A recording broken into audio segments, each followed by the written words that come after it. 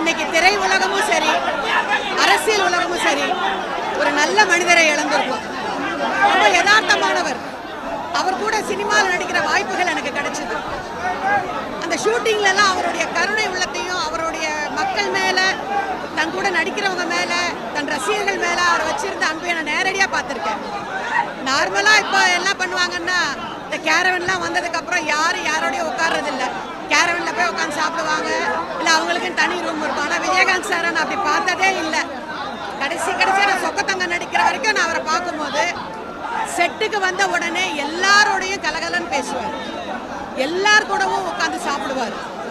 Artist மட்டும் சாப்பிட்றத பற்றி அவர் கவலைப்பட்டதில்லை, டெக்னீஷியன் சாப்பிட்றத பற்றி தான் நிறைய கவலைப்படுவார். சொக்கத்தங்க ஷூட்டிங் நடக்கும்போது பிரேக்கு, எல்லாரும் சாப்பிட உட்காந்துட்டோம். பாக்யராஜ் சார் தான் டைரக்டர். அவங்க எல்லாரும் உட்காந்தப்போ கேப்டன் சார் வந்து எந்திரிச்சு வெளியே போனாங்க.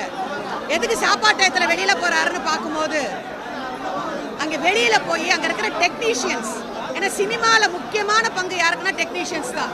Camera unit, light unit, production unit, அவங்க தான் எப்போவுமே வேலை பார்க்குறாங்க. ஆர்டிஸ்ட்டுக்காக உட்கார்ந்துக்கு டைம் கிடைக்கும், அவங்களுக்கு அது கிடைக்காது.